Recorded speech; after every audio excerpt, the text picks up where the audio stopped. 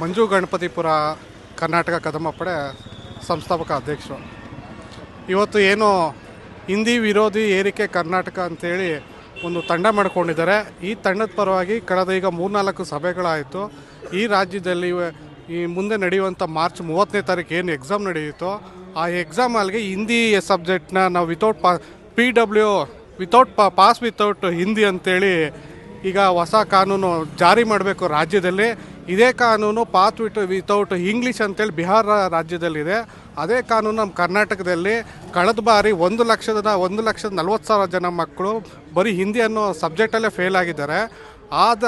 ಅದರ ಮುಖಾಂತರವಾಗಿ ದಯವಿಟ್ಟು ಮಕ್ಕಳಿಗೆ ಹಿಂದಿ ಅನ್ನೋ ಭೂತ ತಲೆಗೆ ತುಂಬದೇನೆ ಮಕ್ಕಳನ್ನ ಈ ಸಲ ಯಾರು ಹಿಂದಿಲಿ ಫೇಲ್ ಆಗ್ತಾರೋ ಅವ್ರನ್ನ ಪಾಸ್ ವಿತೌಟ್ ಹಿಂದಿ ಅಂತ ಹೇಳ್ಬಿಟ್ಟು ಒಂದು ಹೊಸ ಕಾನೂನು ಜಾರಿ ಆಗಬೇಕು. ಆ ಜಾರಿ ಆಗೋದಕ್ಕೆ ನಾವು ಹಿಂದಿ ಏರಿಕೆ ವಿರೋಧಿ ಕರ್ನಾಟಕ ಅಂತ ಏನು ತಂಡ ಮಾಡ್ಕೊಂಡಿದ್ದೀವಿ.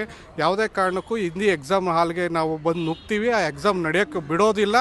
ಎಲ್ಲ ಜಿಲ್ಲಾ ಕೇಂದ್ರಗಳಲ್ಲಿ ಬೇರೆ ಬೇರೆ ಎಕ್ಸಾಮ್ ಸೆಂಟರ್ಗಳಲ್ಲಿ ನಾವೆಲ್ಲ ನುಗ್ತೀವಿ. ಇದಂತೂ ಸರ್ಕಾರಕ್ಕೆ ಎಚ್ಚರಿಕೆ ಕೊಡ್ತಾ ಇದ್ದೀವಿ ನಾವು ಹೋರಾಟಗಾರರೆಲ್ಲ ಸೇರಿ.